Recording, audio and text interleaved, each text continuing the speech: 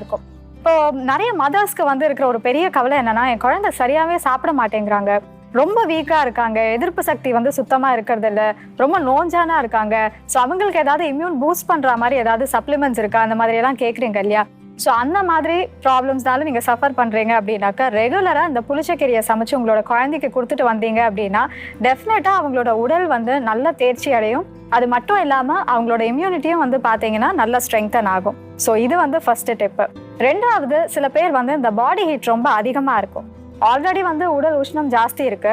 அப்படி இருக்கிற பட்சத்துல நிறைய பேர் வந்து இந்த ஃப்ரைட் ஃபுட்ஸ், ஜங்க் ஃபுட்ஸ் இந்த மாதிரியான உணவுகள் நீங்க அதிகமா எடுத்துக்கும் போது என்ன ஆகுதுன்னா, அந்த உடல் சூடு வந்து இன்னும் அதிகமாகுது. ஸோ அந்த மாதிரி ப்ராப்ளம்ஸ்னால சஃபர் பண்றீங்க அப்படின்னா, நீங்க இந்த புளிச்சக்கீரை எடுத்துக்கும் போது அந்த பாடி டெம்பரேச்சர் கம்மி பண்ணி அதை வந்து சமநிலையில வச்சுக்கிறதுக்கு வந்து இந்த புளிச்சக்கீரை பெரிய அளவுல வந்து உதவுது.